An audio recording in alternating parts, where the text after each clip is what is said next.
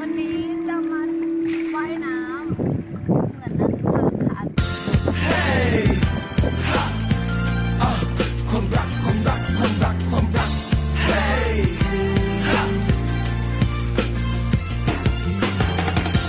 เฮ้ยความรักความรักความรักความรักความรักเฮ้ย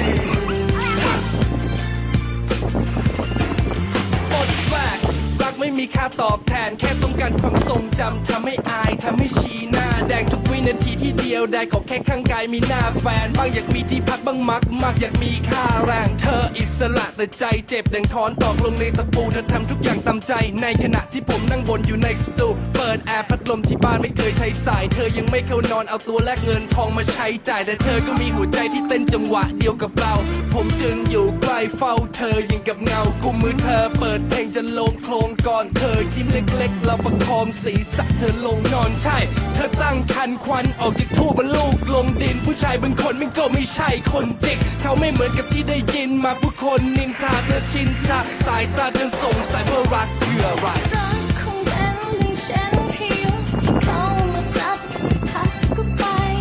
ลงเรือเอาไว้แค่ลอยน้ำตาเฝ้ารักเป็นเพียงแค่ลมหยุดพักในวันที่ใครสักคนฉันไร้เหตุผลความรักคือบทกลางคือเธอพยายามจะทำทุกอย่างเพื่อเขาคนนั้นยอมทุกทางให้ลงมาลวนมาลามให้รบให้ร้อตรงนั้นเว้าตรงนี้ให้เว้าตรงนั้นเอาใจไปผูกกับเท้าคนนั้นสุดท้ายเขาลาจากไปทิ้งไว้แต่เจ็บตรงนี้แล้วก็ร้าวตรงนั้นแลกเห็นรักเป็นเครื่องประดับดูเต็ม